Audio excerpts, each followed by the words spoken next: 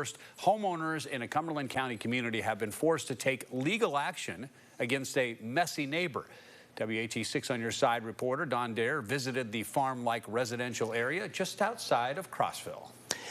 Well, Don, there are 8 houses along a single lane in this community. The homes are built on large lots.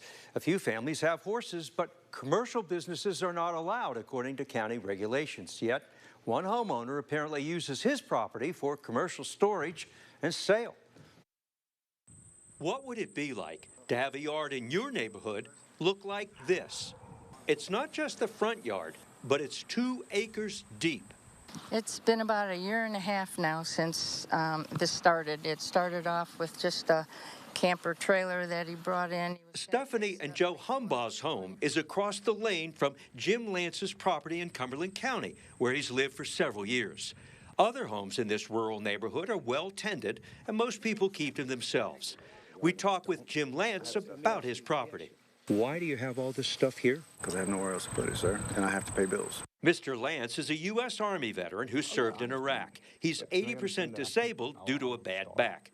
He says he once owned a storage company in Crossville.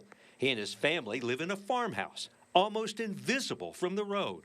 What do you see here? A mess. It's a junkyard.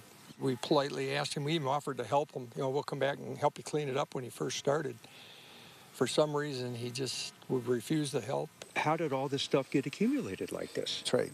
Trade? Trade, yes, sir. Do you sell this stuff? Yeah, when I can. I mean, it's the whole point of a lot of it, but I don't sell it here.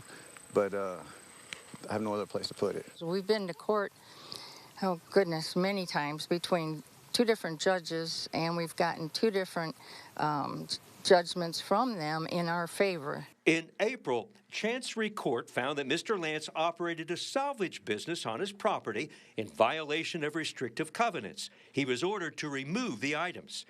In May, Sessions Court found the stuff in Mr. Lance's property affected the health and safety of people in his community. He was given 60 days to clean up the property. You have to remove the tires, the fuel tanks, broken glass, the appliances, the junk cars, the batteries, all of this stuff you have to get rid of. Hey, see, they want me to remove something that feeds me. All right, it's not the same stuff. What feeds you here? Those tires right there. The tires. So you sell them? I have sold some, yes. And next thing you know, he just kept bringing in more and more and more, and now he's turned it into a salvage company that he advertises. Yeah, I mean, I agree. There's some stuff I need to remove, but I'm doing it as I can. The Sessions Court has given you 60 days to clean it up, and you're way beyond the 60 days. So when are you going to clean it up? I'm doing what I can, sir. You're doing what you can. Mr. Lance is being called into court again, this time to explain why he has ignored the judge's order.